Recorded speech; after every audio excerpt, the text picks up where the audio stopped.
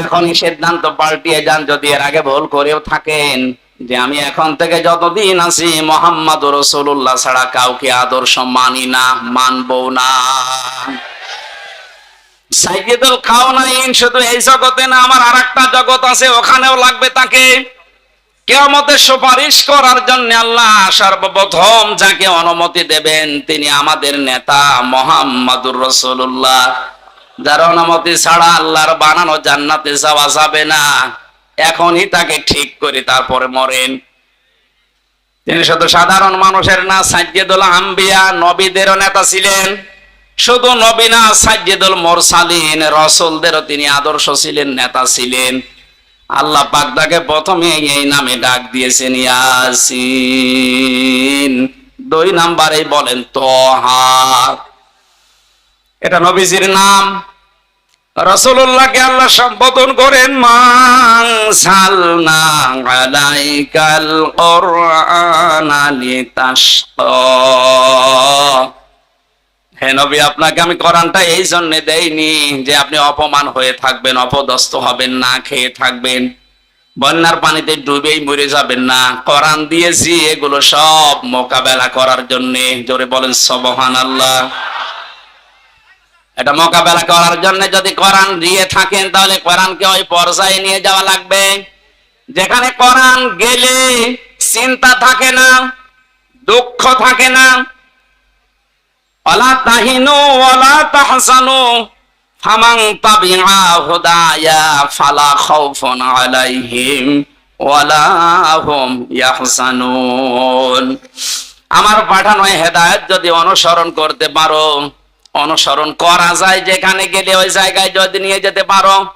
প্রশ্ন আসতে পারো, অনুসরণ তো করি। হ্যাঁ, আজ আমাদের অনেকের ঘরে ঘরে কোরআন শরীফ আছে, কিন্তু যেখানে থাকা দরকার ওই জায়গায় না থাকার কারণে আজ হাজারো মানুষ জায়েজ জিনিস জায়েজ জানার পরও মানতে পারছি না।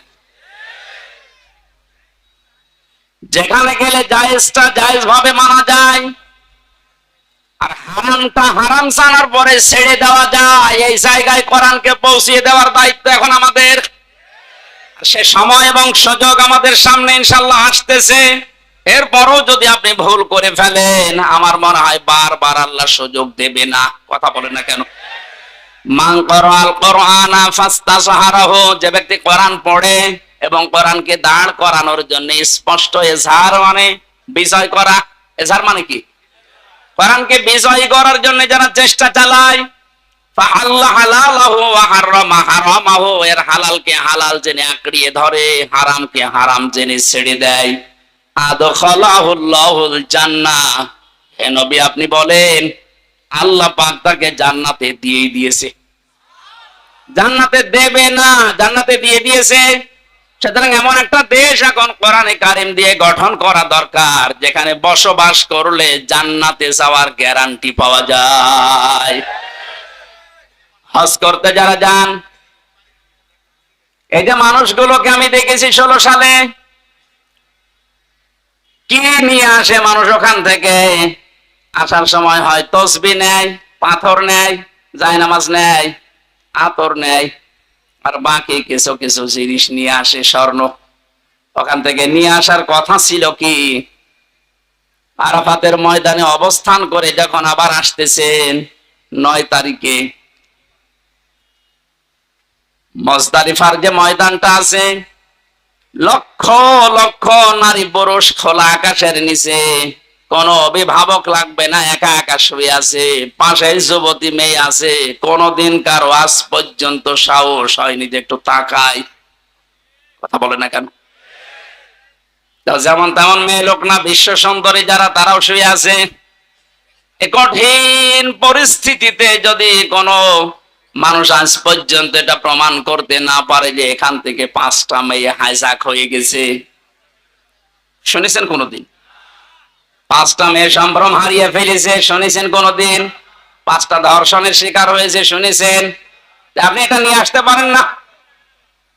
কোরআনের নিয়মটা থাকার কারণে যদি খোলা আকাশের নিচে মরুভূমির ভেতরে এত বড় একটা নিরাপত্তা গ্যারান্টি পাওয়া যায়, 56,000 বর্গ মাইল যদি এইটা দিয়ে চলে, পুরাটাই আমার মনে হয় আল্লাহ মুজদালিফার মতো নিরাপত্তা দিয়ে দেবে। এজন্য আমাদের আসল কাজ হবে এখন এইটাকে উপরে তোলার চেষ্টা চালাচ্ছে যারা, আল্লাহ তাদের এই চেষ্টার ভেতরে যেন ইখলাস আরো বাড়িয়ে দেন, তাদের শরীর স্বাস্থ্য আল্লাহ যেন সুস্থ রাখেন। সবাই বলেন আমিন। দরুদ পড়ছি, সালাম পাঠাচ্ছি আমাদের নবী মুহাম্মদ রাসূলুল্লাহর উপরে, যিনি আর্থ মানবতার মুক্তির জন্য দুনিয়াতে এসেছিলেন। এখন তার আদর্শটা দিক বিদিক ছোটাছুটি করছে মানুষ, এই কারণে আমরা এখনো পর্যন্ত অসহায় হয়ে আছি দুনিয়ার ময়দানে। আল্লাহ যে উদ্দেশ্য নিয়ে তাকে পাঠিয়েছিলেন, তাকে যদি আমরা ওইভাবে গ্রহণ করতে পারি, এখনো আমরা নেতৃত্বের জায়গায় যেতে পারবো ইনশাআল্লাহ। আল্লাহ যেন ওটা দেখার তৌফিক আমাদের দেন, বলেন আমিন। আজকের আমার আলোচনার বিষয় হচ্ছে ঈমান আনার কিছু শর্ত আছে। এখানে আরেকটা আলোচনা আছে সামনে, ওখানে ঈমান নষ্ট হয়ে যায় কি করলে, ওই বিষয়গুলো আমি কোরআন আর হাদিস দিয়ে তুলে ধরবো। আজকের আলোচনার বিষয় ঈমান আনলেই না, আমরা যেহেতু ঈমান পাইনি, আমরা ঈমান এনেছি, এই কথাটা ঠিক হয়। আমরা ঈমান পেয়েছি না ঈমান এনেছি? হ্যাঁ, এটা ক্লাস চলছে, জবাব দেন তো ছাত্রের মতো। আমরা এখানে যারা আছি ঈমান কি এনেছি না ঈমান পেয়েছি? পেয়েছি। বাপ দাদা পূর্বপুরুষ মুসলমান ছিল, এসেছি ওই ঘরে, এই জন্য আমিও মুসলমান, আমারও ঈমান ওই পর্যায়ে। তো সাহাবায়ে কেরাম ঈমান পেয়েছিলেন না ঈমান এনেছিলেন? কোরআনে কারিমে আল্লাহ যে বারবার ডাক দিয়েছেন, ঈমান পেয়েছো যারা না ঈমান এনেছো যারা। ইন্নাল্লাযীনা আমানু, নিশ্চয় যারা ঈমান পায়, কি যারা ঈমান আনে। তাহলে ঈমান আনার বিষয়, ঈমান যদি কেউ আনতে চায়, বিশ্ব নবীকে আল্লাহ জানিয়েছেন, হে নবী তারা যেন আপনার কাছে আসে যারা ঈমান আনবে বলে 6টা বিষয় তাদেরকে জানাবেন, যে এই 6টা হচ্ছে ঈমান আনার শর্ত। সূরা মুমতাহিনার 12 নম্বর আয়াতে আল্লাহ এই দলিলগুলো দিয়েছেন। বিশ্ব নবীর কাছে যে মেয়েরা আসতো বায়াত নেওয়ার জন্য, নবীজি জানিয়েছিলেন পর্দার আড়ালে বসো, তোমাদেরকে আমি বায়াত দিতে রাজি আছি, কিন্তু 6টা বিষয় ওয়াদা করে যাও যে জীবনে কোনোদিন করবা না। আর যারা দায়িত্বে আছেন, উপদেষ্টা মণ্ডলীতে যারা আছেন, কয়েকজন মাত্র হিন্দু, বাকি সবই যেহেতু মুসলিম। আর ধর্ম উপদেষ্টায় যিনি আছেন তিনি বিশিষ্ট একজন আলেম, ডক্টর আফামা খালিদ সাহেব সহ যারা মুসলমান আছেন, তাদের এই মুহূর্তে ঈমানের দাবি হবে এই দেশে কোরআনে কারিমের এই যে নিয়ম নীতি, সূরা মুমতাহিনার 12 নম্বর আয়াতে আল্লাহ যেভাবে বলেছেন যে ঈমান আনতে হলে এই 6টা বিষয় মানতে হবে। আমার মনে হয় ওনারা 3 মাস টার্গেট নিয়েছেন, 3 মাসের ভেতরে এই 6টা যদি প্রতিষ্ঠা করা যায়, যেখানে বাংলাদেশ যাওয়ার কথা চলে যাবে। এই 19-20 দিনের অবস্থার পরিবর্তন দেখছেন না? এর আগেও তো বন্যা হয়েছিল, তারপরও তো এখনো পর্যন্ত একটা নিয়ম নীতিও আমরা কোরআন থেকে পাইনি, শুধু চলার চেষ্টায় আছে। ওই সময়ের বন্যায় ব্যক্তিগতভাবে কিছু মানুষ কিছু করত, আর যারা দায়িত্বে ছিল তারা লোক দেখানোর জন্য কিছু করেছিল। কিন্তু এই 20-22 দিনের, বিশেষ করে এই 7-8 দিনের বন্যায় যা দেখতে পাচ্ছি, একটা ফকির ভিক্ষা করে 300 টাকা পায়, সেখান থেকে 20 টাকা বন্যার্তদের জন্য দিয়ে দিচ্ছে। সুতরাং দেশের মানুষের মন আছে, যেভাবে মন তৈরি হচ্ছে, এই 6টা যে এখানে আল্লাহ আলোচনা দিলেন, এটা এখন সামনে নিয়ে আসা লাগবে। বায়াত শব্দটা আল্লাহ এখানে দিয়েছেন, কোরআনে কারীম জানাচ্ছে, ইয়া আইয়ুহান নাবিয়্যু ইযা জাআকাল মুমিনাতু ইউবাইয়ুনাকা, হে নবী মুমিন নারীরা যখন আপনার কাছে আসবে, যারা ঈমান আনতে চায় যে আমি মুসলমান হব, আমি ঈমানদার হব, আপনার কাছে যারা বায়াত নিতে চায়, আপনি তাদেরকে 6টা বিষয় পরিষ্কার করবেন যে তোমরা মানবা কিনা বলো। যদি এই 6টা বিষয় তারা গ্যারান্টি দিতে পারে, তারা আমি আল্লাহকে গফুর আর রহিম হিসাবে পাবে। বলেন আল্লাহু আকবার। দেখেন তো, আমরা যারা ইমানদার বলে দাবি করেছিলাম, এখনো করছি, সামনে করবেন, এই 6টা বিষয় আমরা মানতে পারি কিনা? এক নম্বরে আল্লাহ ঘোষণা দিয়েছেন, আল্লাহ আল্লাহ ইউশরিকনা বিল্লাহি শাইআ। হে নবী, তাদেরকে জানান, তোমরা দুনিয়ার সাই করো না কেন, শিরিক করবা না আল্লাহর সাথে, অংশীদার স্থাপন করাবা না, তার সাথে পার্টনারশিপ করা যাবে না। এই কথাটা যেহেতু পৃথিবীর যত জাতি আছে মুসলমান বাদ দিয়ে সবার বিরুদ্ধে যায়, এই জন্য আয়াতের ব্যাখ্যা করলে দুনিয়ায় মুসলমান বাদ দিয়ে যত জাতির লোকেরা আছে তারা আমাকে শত্রু মনে করে।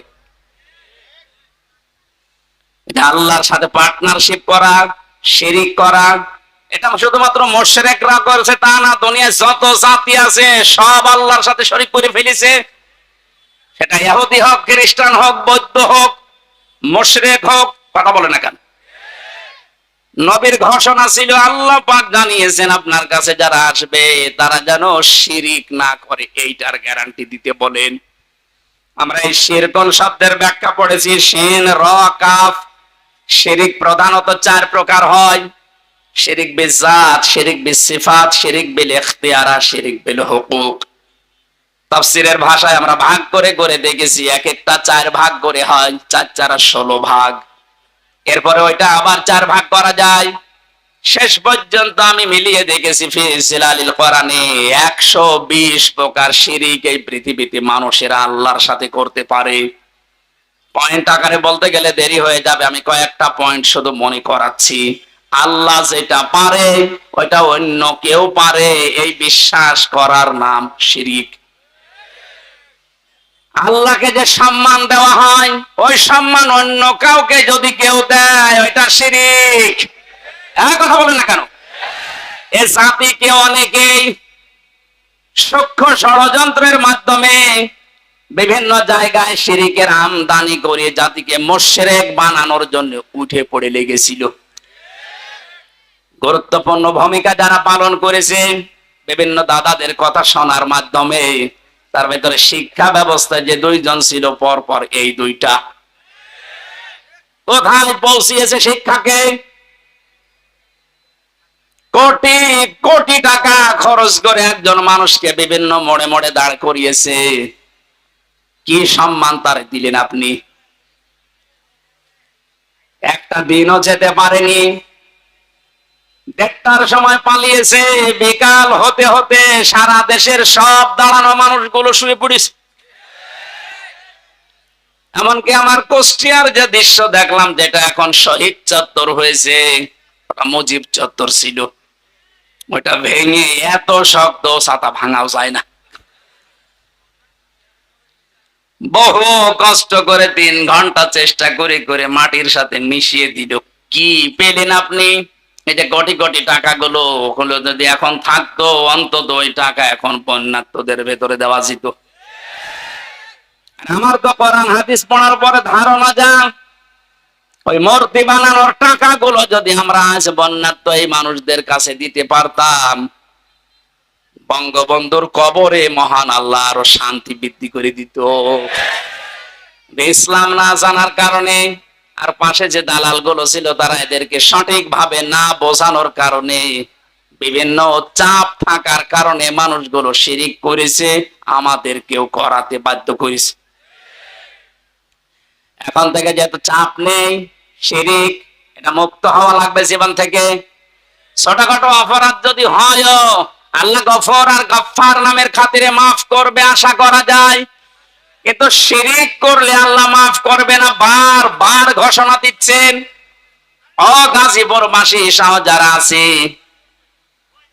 এ কথাটা গ্যারান্টি আজকে দেওয়া লাগবে যে আগুনে যদি পুড়িয়ে ফেলেন, যদি টুকরা টুকরা করে ফেলেন, ওই ঝিনাইদহ এমপির মতো করেন, ঝিনাইদহ এমপিকে হিরণ নামে তারে পিটিয়ে মেরে উলঙ্গ করে 4 রাস্তার মোড়ে টাঙিয়ে রেখে থাক, এরকমও যদি আপনাকে করে দুনিয়ায়, জেলখানায় মাওলানা মুফতি জসিমউদ্দিন রহমানের মতো 11-12 বছর না, বিশ্বানন্দিত মুফাসসিরের 13 বছরের মতো না, 100 বছরও যদি আপনাকে রেখে দেয়, কোনোদিন আমি শিরিক করব না। এটার গ্যারান্টি নিয়ে মারা যেতে পারলে আপনি জান্নাতি। শিরকের গোনা বাদ দিয়ে বাকি গোনা আল্লাহ মাফ করবে বলে ঘোষণা দিয়েছেন। এই শব্দটার সাথে সন্তানদেরকে পরিচয় করার কারণে একজন কালো মানুষ, দুনিয়ায় 3 জন কালো মানুষের নাম পেয়েছি আমি তাফসিরে। হযরত ওমরের খাদেম একজন মাহজা রাদিয়াল্লাহু তাআলা আনহু, আরেকজন এই যে যার নাম আল্লাহ কোরআনে দিয়েছেন তার নামে লোকমান, 3 নম্বরে হযরতে বেলাল। এত কালো ছিল এদের চেহারাগুলো, তাদের বর্ণনা পড়েছি তাফসিরে। ঠোঁট গুলো ছিল একেবারে ওই আফ্রিকার মতো ঝোলা মানুষের মতো চেহারা, কালো, এত কালো হাড়ের তলা কি কালো, তার চাইতে কালো চেহারার যে বর্ণনা বলছি, এটা কি একবার দেখলে আর একবার দেখতে মন চাইবে বলেন? অথচ সেই মানুষকে আল্লাহ চিরন্তন করে দিয়েছে কোরআনে, 4 পৃষ্ঠার একটা সূরা দিয়েছে, তার নামে সূরা লোকমান। তিনি কি করেছিলেন এত দুনিয়ায়? তার পুরা জীবনে আমি পড়ে দেখেছি, সর্বপ্রথম তার কাজ ছিল তার সন্তানকে তিনি ডাক দিয়ে এই শিরিকের বিষয়ে আল্লাহর সাথে পরিচয় করিয়েছিলেন। وَإِذْ قَالَ لُقْمَانُ لِابْنِهِ وَهُوَ يَعِظُهُ يَا بُنَيَّ لَا تُشْرِكْ بِاللَّهِ إِنَّ الشِّرْكَ لَظُلْمٌ عَظِيمٌ।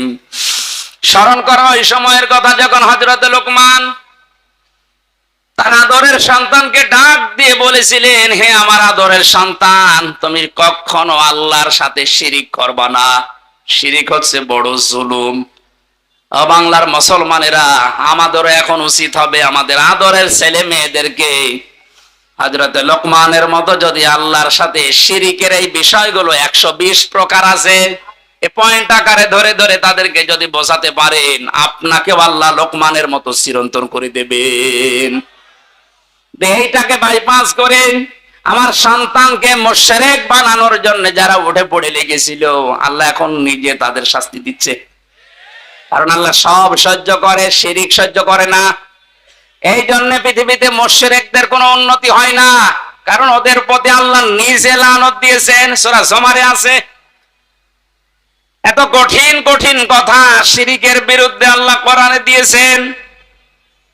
শিরিক করা মানুষের জন্য আল্লাহর বানানো জান্নাত হারাম, এমনকি তাদের কোনো সাহায্যকারীও থাকবে না। এজন্য বাংলার মুসলমানের এই বিষয়টা খুব সতর্ক হওয়া লাগবে। আর চাই করি জীবনে যেন আমরা শিরিক না করি। শিরিক গুলো এখন একটা একটা করে পয়েন্ট আকারে বললে অনেক সময় লাগবে, আমি শেষ করছি।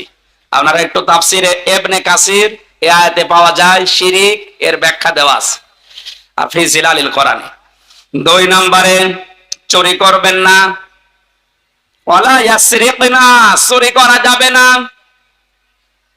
এখন যারা দায়িত্বে আছে, সামনে যারা আসবে, এটা এত কঠোর হওয়া লাগবে যে চুরি এই শব্দটা যেন এদেশে না থাকে।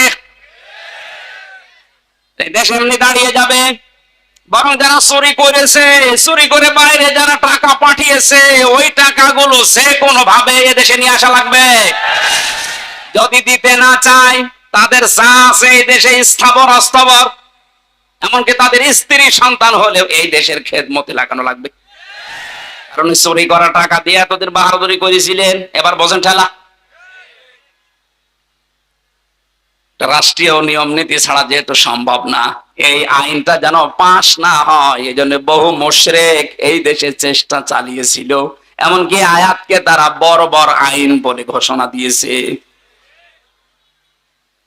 এখন যারা সামনে যাবে তারা যেন এটা একটু মেনে নেওয়ার চেষ্টা চালান। ওয়ালা ইয়াসনিনা, জিনা করা যাবে না। আজ বাস্তবতা পুরো ভিন্ন দেখছি। এত ভালো মানুষ মনে করতাম যাদের, তারা অন্যের বউ নিয়ে রাত কাটিয়েছে।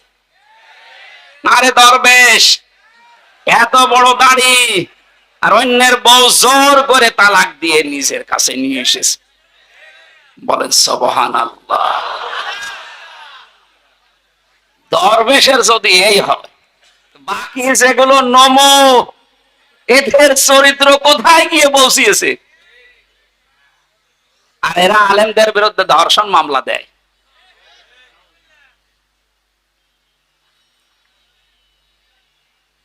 বিচার ব্যবস্থাটাকে, আইনকে একেবারে বাংলাদেশ থেকে একেবারে শেষ করে দিয়েছে যে লোকটা দায়িত্বে ছিল।